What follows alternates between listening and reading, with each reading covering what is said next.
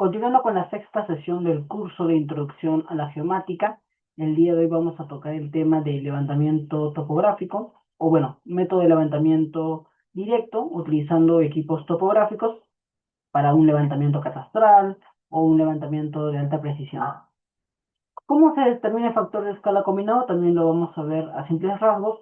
Recuerden que este curso, las primeras 6 sesiones, tienen un aspecto teórico introductorio para luego poder desarrollar los cursos continuos que vienen a ser geodesia, cartografía a profundidad. Entonces, revisemos también, en este caso, los objetivos de la sesión y cuáles son las pautas que vamos a tocar dentro de esta sexta sesión. Como parte del curso de Introducción a la Geomática, con el objetivo de obtener conocimientos de las disciplinas y los componentes de la geomática, vamos a hablar del método de levantamiento topográfico directo. Vamos a tocar 10 subtemas muy importantes: factor de escala combinado, cuáles son las causas de la falta de la precisión en ingeniería o en proyectos de ingeniería. Vamos a también hablar de la red geodésica de alta precisión. Vamos a mencionar qué son puntos geodésicos, cómo determinar el factor de escala, vale la redundancia, y también vamos a determinar la cantidad de puntos geodésicos que se deben establecer o lo que se sugiere que se debe establecer, al igual que los temas y pautas que se pueden ver en el slide. Cómo establecer y georreferenciar la red geodésica de precisión, procesamiento de GNSS con el software TBC, el Technical Business Center, y finalmente con lo que viene a ser aplicaciones en el catastro, utilizando equipos topográficos y bueno, cálculos pertinentes también para asegurar una buena precisión en los datos obtenidos. Entonces, en primera instancia hablemos del factor de escala combinado. Más que todo, hagamos un análisis y cuál es la aplicación de este factor de escala combinado al catastro urbano. Entonces, a nosotros observar o analizar el factor de escala combinado, lo que buscamos es aplicarlo a todo tipo de levantamiento topográfico con un fin de obtener una buena precisión y sobre todo asegurar la menor cantidad de errores en los cálculos. Para ello se utilizan métodos matemáticos y equipos de alta precisión. Entonces, ¿cómo se hace un proyecto catastral? Veámoslo a simples rasgos. Normalmente se suele utilizar diversas metodologías, ciencias o disciplinas, pero si nos centramos en el tema de la geodesia, diríamos que se usa receptores GNSS, que son, bueno, que este slide puede mostrar, que se conectan vía radio, ¿no? Bueno, o bien por otros medios, hacia un satélite en el cual recepciona información satelital para poder calcular una coordenada en el espacio de manera precisa. De igual forma, el satélite envía a otros receptores o antenas terrestres información como efemérides o información de la salud del satélite. Aparte de la geodesia, que se utilizan equipos diferenciales GNSS, también hay otra ciencia que es la topografía. Se utiliza equipos topográficos, como viene a ser la estación total, los teodolitos, el nivel ingeniero, entre otros equipos topográficos para asegurar alta precisión en todo tipo de levantamiento catastral. En el cálculo del factor de escala combinado, ¿no? El famoso FEC, básicamente es similar al factor de elevación, ¿no? El factor de proyección viene a ser también el múltiplo de estos dos, ¿no? El factor de elevación y el factor de proyección, más algunos adicionales, como por ejemplo el factor de escala también de la proyección, como se menciona aquí, ¿no? Por ejemplo, ¿qué dice? Calculamos el factor de escala combinado, que viene a ser el múltiplo del factor de escala de elevación, que básicamente es la reducción del nivel del mar, y el factor de escala de proyección, que es la reducción a la cuadrícula UTM. Posterior a este cálculo, que normalmente los equipos lo suelen hacer, los equipos topográficos, se realiza ya la aplicación al catastro de alta precisión. Básicamente el equipo topográfico y geodésico, ya sea el receptor GNSS diferencial, se encargan de hacer estos cálculos y posterior a ello nosotros nos encargamos solamente de aplicar los datos percibidos y obtenidos en campo para posterior obtener coordenadas geodésicas, topográficas, logrando una cartografía de alta precisión, como se puede observar. Entonces, aquí se debe una falta de precisión en los proyectos de ingeniería, se debe a dos causas muy comunes. La primera causa es el factor de escala combinado inadecuado. Es básicamente cuando no se aplica la correcta conversión de coordenadas GNSS a coordenadas locales. Recuerden que pasar una coordenada geográfica, que viene a ser una coordenada global, a una coordenada proyectada UTM para una zona en específica requiere un cálculo adecuado en el cual considere la deformación de la Tierra. Es por ello que este cálculo errado puede provocar distorsiones métricas afectando cálculos y lo más previsible afectando proyectos de ingeniería. Por ejemplo, aquí podemos ver que dos equipos de topografía, ¿no? Hacen la infraestructura milimétricamente con equipos topográficos, pero por un error no llega a coincidir un puente, como se puede observar aquí, ¿no? ¿Por qué? Porque es una falta de precisión en este proyecto, en este cálculo, ¿no? No hubo una correcta comunicación, no se, no se percibió este error, no fue previsible, pues, y eso se debe en primera instancia a factor de escala combinado, que fue un cálculo inadecuado. La segunda causa es la falta de capacitación especializada en temas o materia de ingeniería, sea para geodesia, topografía o fotogrametría. Por ejemplo, hoy por hoy los profesionales carecen de información profunda sobre geodesia, topografía, necesarios como para entender y gestionar el factor de escala combinado y otras correcciones pertinentes que se realizan. El resultado básicamente son errores sistemáticos en los levantamientos topográficos. Entonces, proyectos con errores geométricos, falta de integración de datos y problemas, al final se debe a una inadecuada cálculo, una inadecuado precisión que se obtiene en campo, ya sea por un mal cálculo del factor de escala combinado o bien por el mal uso de los equipos, ya sea con una metodología errada, lo cual puede producir errores de precisión en los proyectos de ingeniería. Entonces, ¿qué es la red geodésica de precisión? Vamos a hablar un poco de los objetivos específicos. En primera instancia, lo que busca es determinar, ¿no? Se calcula la cantidad de puntos geodésicos que se requieren para definir o determinar el factor de escala, ¿no? Del área de trabajo. Posterior a ello se establece, ¿no? Se monumenta los puntos. Recuerden que un sistema geodésico básicamente es los cálculos matemáticos, cómo se piensa que se debe estar en campo, ¿no? Es básicamente coordenadas que uno obtiene, pero cuando ya se monumenta, ya es un marco geodésico.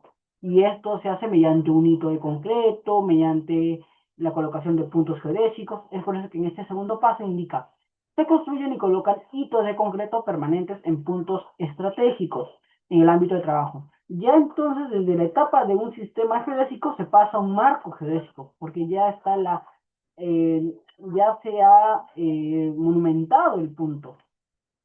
Posterior a ello se realiza una georreferenciación de los hitos. ¿Qué quiere decir? Que se utiliza tecnologías geodésicas, como por ejemplo los receptores diferenciales GNSS, para calcular la coordenada precisa de ese punto monumentado. ¿Qué es un GNSS? Viene de las siglas en inglés Global Navigation Satellite System, ¿no? O Sistema Satelital Global de Navegación. Básicamente, una vez que yo planteo mi sistema geodésico y lo monumento generando el marco geodésico y posterior a ello calculo la coordenada precisa de ese punto, yo realizo un proceso de esa información, porque recuerden que si bien el receptor diferencial GNSS obtiene información satelital, esa información puede tener errores que se deben corregir posterior en el procesamiento o posterior al levantamiento en campo con efemérides, con información satelital, con información de corrección de señales interferométricas, entre otras. Es por eso que incluso se suele solicitar la lectura de las estaciones de rastreo permanente de las zonas aledañas al punto que estamos lecturando para poder corregir esos errores. Posterior a ello ya se realiza un análisis, ¿no? De los puntos que esté todo correcto, que esté dentro de los lineamientos. Por ejemplo, si vamos a monumentar un punto geodésico de orden C, se requiere que la precisión en horizontal y vertical estén dentro de la norma técnica, ¿no? en horizontal algo de 10 centímetros y en vertical sobre los 35 milímetros, discúlpame, sobre los 10 milímetros y 35 milímetros, ¿no? Es lo que normalmente se busca. Y finalmente se busca también analizar el comportamiento del factor de escala combinado en el área. Y ya cuando se tenga el punto monumentado, se tenga el punto ya certificado incluso por el IGN, se procede a aplicar en campo ese punto, ¿ok? Para en base a ese punto obtener puntos auxiliares con precisión milimétrica y así poder generar un proyecto catastral. Entonces, resultados del proyecto en una red geodésica de precisión.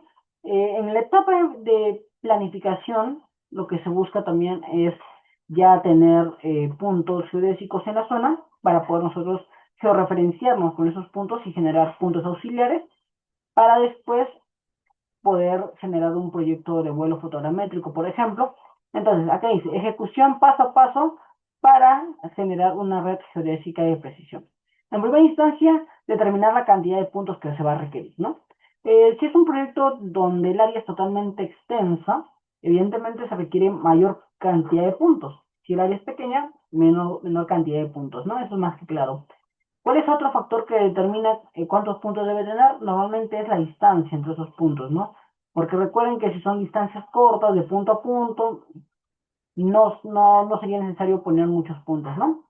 Ahora, otro factor también a considerar es la precisión, porque si el proyecto no requiere una precisión milimétrica, por ejemplo, basta con que tengamos pocos puntos, de 2, 3, y ya simplemente generamos puntos auxiliares, ¿no? Con errores también centimétricos, pero al fin y al cabo puede ser permisible. Va a depender del tipo de precisión que requiere el proyecto. Una vez que determinamos dónde se va a colocar los puntos, debemos evaluar ya pasar del sistema geodésico, porque sí, este proceso de determinar dónde se ponen los puntos y la cantidad de puntos se le llama sistema geodésico. Bueno, es un sistema geodésico básicamente. Pero al momento de monumentarlo, es decir, generar un hito de concreto, colocar un punto geodésico con una placa de bronce, ya es un marco. Pasa de ser un sistema geodésico a un marco geodésico. Y posterior a este marco geodésico, posterior que se haya monumentado y que se haya secado, valga, el concreto, ya es donde se procede a hacer la toma de información de ese punto geodésico mediante un equipo geodésico como es el receptor diferencial GNSS, puede ser cualquier marca de alta performance, sea Trimble, Topcon, Leica, entre otros tipos de receptores geodésicos. Posterior a que se haya hecho la lectura, es más, ¿cuánto se requiere de lectura? No es una lectura instantánea. Recuerden que si se va a monumentar un punto geodésico, la lectura debe estar en base a la cantidad de registros que se requiera. Por ejemplo, para un punto de orden C en el Perú se requiere que se tenga alrededor de 900 registros según la norma técnica para la monumentación de un punto de orden C. ¿Pero qué significa? Que yo debo tener un equipo o bien con precisión al segundo o a los 5 segundos. Supongamos que tengo un equipo a los 5 segundos, entonces, si multiplicamos los 5 segundos por los 900 registros que se requieren, disculpa, nos sale alrededor de 1 hora y 40 minutos sobre eso, ¿no? Más que todo, si hacemos un cálculo rápido. Pero es mejor tener información de más a carecer de información. Es por eso que se ha hecho esta idea, que es acertada, de que para hacer un punto de orden C se tenga como mínimo 2 horas de lectura, ¿no? Ya muchos especialistas incluso dicen, haz una lectura de 2 horas, ¿no? Tal vez muchos no conozcan el porqué, pero básicamente es por la cantidad de registros que se requiere según la norma técnica, ¿no? Pero sí, se ha hecho como un consenso, un consenso no, ¿cómo diría? Auxiliar, un consenso de boca a boca, de pan llevar, como lo diríamos, en el cual se dice alrededor de 2 horas haga la lectura por un punto de orden C, ¿no? Y muchos especialistas y que se dedican a esto suelen hacer la lectura de 2 horas a más, porque recuerden, es necesario y es mejor tener mayor información a carecer de información. Posterior a la lectura del punto geodésico de orden C, se va a tener que utilizar alguna información adicional para poder corregir errores que hayan ocurrido al momento del levantamiento. Por ejemplo, errores por, no sé, multipath, errores en lectura, tal vez las constelaciones no estaban alineadas, puede ocurrir varios errores. Es por eso que se requiere información adicional a la lectura para poder corregirla. Información como cuál, por ejemplo, las efemérides. Las efemérides suelen ser información del satélite que se ha lecturado. Información como no sé, la salud satelital, la salud del satélite, si es, en qué estado, ¿no? Si ha estado en un estado de salud bueno, malo, regular. Por ejemplo, también información de la hora de lectura, a qué velocidad estaba, el sentido de órbita, entre otro tipo de información, ¿no? que el satélite trae consigo. Igual forma se requiere otro tipo de dato también, que es un dato que lo lecturan normalmente las estaciones de rastreo permanente de cada país. En el Perú el IGN tiene sus estaciones de rastreo permanente. Entonces, yo para poder corregir mi punto, debo buscar cuál es la estación de rastreo permanente que esté cerca a mi punto y que esa lectura que el punto que estoy lecturando esté dentro del radio de lectura o del radio de influencia del punto que voy a solicitar sus lecturas, ¿no? Porque tengo que solicitar las lecturas también de la estación de rastreo permanente. Eso se puede comparar en el IGN y bueno, te lo pueden facilitar. Pero recuerden que antes de hacer la lectura hay que asegurarse de que la estación de rastreo permanente esté en un estado de salud aceptable o que en ese día que se ha hecho el levantamiento, la estación de rastreo permanente haya también levantado información. Porque sucede que en gran parte de nuestro territorio peruano, eh, la estación de rastreo permanente suelen estar en una etapa tal vez de estado malo, donde no ha hecho lectura ese día, ya sea porque ha habido problemas de mantenimiento o algún otro tipo de problema, y justo ese día no se ha hecho la lectura, entonces puede que no puedas corregir tus puntos. Entonces asegurarse siempre de levantar un punto geodésico el día que se va a el día que se va a hacer el levantamiento, asegurarse que el punto esté en un estado regular. Normalmente si un punto está en estado activo o regular, no hay problema porque suele estar así de manera continua, ¿no? Pero hay algunos puntos, hay algunas estaciones de rastreo permanente, por ejemplo, en gran parte de toda la selva, como en Loreto, donde hay estaciones donde no están en estado bueno, sino que no han lecturado ya por varios meses, por varios años incluso, entonces ya uno sabe que en esa zona no se puede tomar información o se tiene que usar otro tipo de puntos, ¿no? Ya no se haría un punto de orden C, sino un punto de orden B. Entonces, hay mucha información a considerar al momento de hacer un levantamiento geodésico. Y bueno, una vez que se tenga esa información, se procede a procesar la información, valga la redundancia, y sobre todo a corregir con estas informaciones adicionales, como efemérides, lecturas de las estaciones de rastreo permanente, entre otras correcciones adicionales que se realizan. Y ya con eso también se puede generar el cálculo del factor de escala, que normalmente el software suele hacerlo, y ahí nos da el resultado, ¿no? El resultado final. Si los límites, si la precisión, ¿no? Es aceptable o no, porque el software o bien el programa que te hace el procesamiento de los puntos te dice cuánto es el error permisible, ¿no? O cuánto es la precisión en vertical y en horizontal, ¿no? Entonces, continuando, tenemos también cómo determinamos los puntos geodésicos. Recuerden que el punto geodésico que se va a monumentar se va a definir en base al área de estudio que vayamos a tratar. Para ello se va a calcular la distancia o cuánto de área o hectáreas tiene nuestra zona de estudio y en base a eso se determina la cantidad de puntos que se va a requerir. Y también considerar la topografía, porque no es lo mismo aumentar un punto en una zona llana o plana que en un punto donde hay mayor pendiente, hay un cambio abrupto de pendientes, ¿no? Y también considerar el cálculo de distancias, entre otros tipos de conceptos y conocimientos matemáticos que les requieran. Por ejemplo, aquí tenemos el cálculo, ¿no? Para determinar el factor de escala combinado, es un cálculo matemático para hacer esta conversión, ¿no? Recuerden que se tiene que calcular el factor de escala de proyección, el factor de escala de altura, para poder obtener el factor de escala combinado, como se puede observar aquí, ¿no? el factor de escala de altura por el factor de escala de proyección, como se puede observar, y así obtenemos el factor de escala combinado.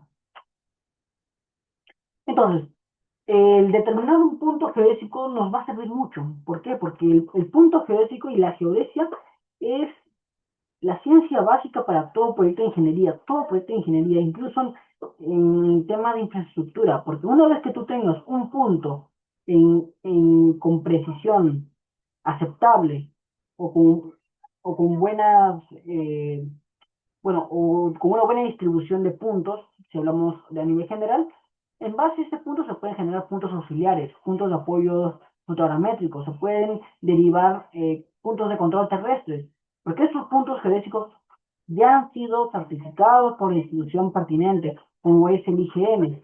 Y en base a esos puntos, yo puedo generar más puntos auxiliares, como les comento, para yo poder generar productos fotogramétricos, productos más acercados a la realidad. Por ejemplo, para yo hacer un vuelo fotogramétrico y obtener una ortofoto o un ortomosaico, yo requiero que en mis imágenes se muestre una diana o bien una marca en la imagen donde salga la coordenada de ese punto que se muestra para yo poder después georreferenciar las imágenes para que se puedan espacializar. Pero para yo darle coordenadas a ese punto auxiliar, necesito un punto geodésico ya monumentado y con coordenadas precisas. Es por eso que la geodesia es la parte básica de todo proyecto de ingeniería. Entonces, ¿cómo determinamos la cantidad de puntos? Hay ciertos cálculos, ¿no? Ciertas metodologías. Muchos incluso ya lo hacen de forma empírica, ¿no? Por un tema de experiencia, ¿no? Va a depender mucho, pero también se puede considerar algunos lineamientos o algunos cálculos para asegurarse cuál vendría a ser la cantidad mínima de puntos que se necesita, pero normalmente se recomendaría considerar estos cálculos, ¿no? Aunque también se puede considerar la experiencia. Va a depender mucho de la distancia de la zona que se requiere monumentar y también la precisión que se requiere obtener en base a los puntos. Acá dice, establecimiento y georreferenciación de la red geodésica de precisión. Una vez que planifiquemos nuestra red geodésica, ¿no? Cuántos puntos se van a monumentar, todo este sistema, y pasamos a hacer el cálculo, ¿no? De la distancia de proyección, UTM, como se observa aquí, se procede a hacer la monumentación del hito, ¿no? Se procede a pasar del sistema geodésico a un marco geodésico para posterior instalar nuestra estación base y proceder con una lectura de información, ya sea una lectura por medio de 2 horas o más. Y una vez que yo tenga mi punto monumentado con coordenadas precisas y yo requiera generar la ortofoto, ya procedo a hacer puntos auxiliares en base a este punto. En base a este punto que ya es preciso, yo me conecto con otra estación rover, que es esta estación rover, para generar puntos auxiliares de manera rápida. Ya no estaría esperando 2 horas para generar otro punto, sino simplemente me conecto a mi punto preciso y con mi estación rover, que es esta estación con un bastón, procedo a generar puntos y simplemente llego al punto, marco con la colectora y al toque tengo la coordenada auxiliar. Claro, es una coordenada auxiliar que posterior a ello se tiene incluso que volver a corregir con efemérides para evitar algún tipo de error y, bueno, obtener mayor precisión en campo también. Y así se hace un proyecto de ingeniería normalmente, combinando la geodesia, la topografía, la fotogrametría para un proyecto catastral. Ahora, ¿qué tipo de software se suele usar para procesar información? Hay 3 tipos de software más conocidos, aunque incluso hay muchos más. Va a depender de cada proveedor de receptores. Es más, cada receptor diferencial GNSS tiene su propio software para procesar. Por ejemplo, las estaciones Topcon tienen su propio software, ¿no? Que es el Magnet Film o el Topcon Film, me parece. El Trimble también tiene su propio software, que es el TBC, que es el Trimble Business Center. Las estaciones, los receptores diferenciales GNSS, por ejemplo, de la marca Leica, también tienen su propio software, tiene su mismo nombre, ¿no? Leica, Leica Flow System, me parece que es el software. Infinity. De Leica su software para procesar información es Infinity. Y bueno, cada software tiene su propio sistema. Ustedes se preguntarán, pero Yo al momento de lecturar la información entiendo que cada uno sale en qué tipo de formato. En un formato TXT, un formato .ppt, un formato .docs. No, es un formato nativo de cada programa. Cada programa tiene su formato nativo. ¿Qué quiere decir? Si yo levanté información con un receptor Topcom, tengo que procesarlo con su software Topcom. Y si yo levanté una información con un receptor Trimble, tengo que procesar con información Trimble. Pero ¿qué pasaría si se terciariza la información, se terciariza el trabajo? Mando a que un especialista, ¿no? Tal vez que domina mucho más campo, haga el levantamiento. Pero yo uso un software, por ejemplo, el Trimble. Yo uso mi software Trimble Business Center para procesar información en gabinete, pero mi especialista en campo usa un software Topcom. Entonces no podría yo procesarlo, se preguntarán.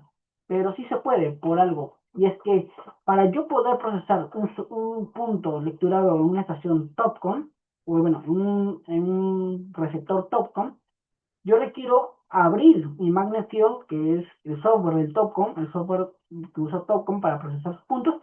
Y si no quiero o no sé procesar el punto, simplemente los puntos los importo al software que Topcon provee y procedo a convertirlo a otro tipo de formato. El formato que se convierte es Rinex.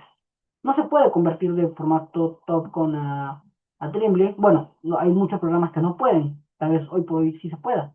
Pero el formato que es universal para todo tipo de receptor diferencial GNSS es el formato Rinex.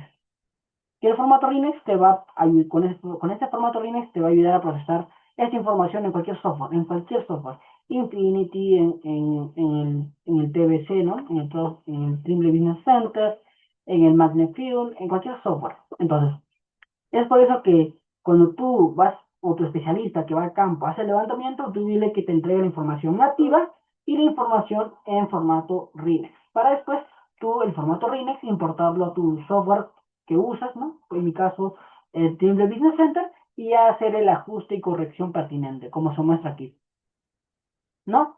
Yo la información RINEX lo descargo, lo importo, ¿no? El dato que me han pasado lo importo al software. Una vez que importe, verifico que los puntos estén correctos. Supongamos, yo debía lecturar 10 puntos, verifico que la colectora haya lecturado los 10 puntos, verifico que esté este inor de elevación, que es lo que nos facilita o provee el receptor, y posterior a ello hago el ajuste de línea base. ¿Qué quiere decir? Mi punto es la base, mi punto que yo utilicé al inicio para lecturar 2 horas, ese es el punto que va a amarrar a los demás puntos auxiliares. Los demás puntos auxiliares dependen del punto que ya ha sido monumentado, certificado por el IGN. Ese punto es el que amarra a los demás puntos. Es por eso que se genera una red geodésica y que se ajusta. Si yo ajusto mi punto base, los demás se ajustan. Es por eso que posterior, de nuevo, se tiene que hacer un reajuste descargando las efemérides y también utilizando información levantada en campo. Y finalmente, el software TBC te facilita un reporte que te indica la precisión en vertical y horizontal, el PDOP, información relevante geodésica para saber que tus puntos están siendo aceptados dentro de la norma técnica o no, o si ha habido error, cuál es el porcentaje de error, ¿no? O el factor de escala. Toda esa información te facilita el software para tú poder considerar si el levantamiento ha sido óptimo o bien tener que hacer un levantamiento desde cero per se. Entonces, veamos también el análisis de resultados, como se puede observar aquí, ¿no? Por ejemplo, aquí nos muestra el factor de escala combinado y el factor de altura y el factor promedio que tiene, ¿no? Normalmente se suele mostrar con esos valores, ¿no? Como se observa aquí. Tienes el punto, las coordenadas y te dan el factor y el factor de escala combinado promedio que se obtiene. Entonces, se confirma que el factor de escala combinado genera una diferencia sistémica entre la distancia topográfica y la distancia UTM, lo cual debe considerarse para cumplir la precisión requerida en el levantamiento topográfico. Entonces, resultado del proyecto y aplicación en catastro urbano y plano final. Paso 1. Recuerden que en campo se debe también considerar el factor de escala combinado, ¿no? como que se viene representado aquí en K. K representa a factor de escala combinado en promedio. Y también tenemos el radio de influencia, ¿no? El de la distancia topográfica, que es de 300 metros en el levantamiento, ¿no? Y recuerden que una vez que se tenga esta información, se puede incluso hacer un vuelo fotogramétrico para generar fotografías de la zona y posterior en un software de alta precisión y de procesamiento de aerofotografías, puede obtener una nube de puntos densa de la zona, para posterior obtener la ortofoto o el ortomosaico y finalmente generar la restitución fotogramétrica y obtener un plano topográfico final de la zona. Esto se debe también a un proceso de edición y generación del plano que finalmente se va a ver aprobado en el plano catastral y en el informe catastral que se va a generar al final de todo proyecto, ¿no?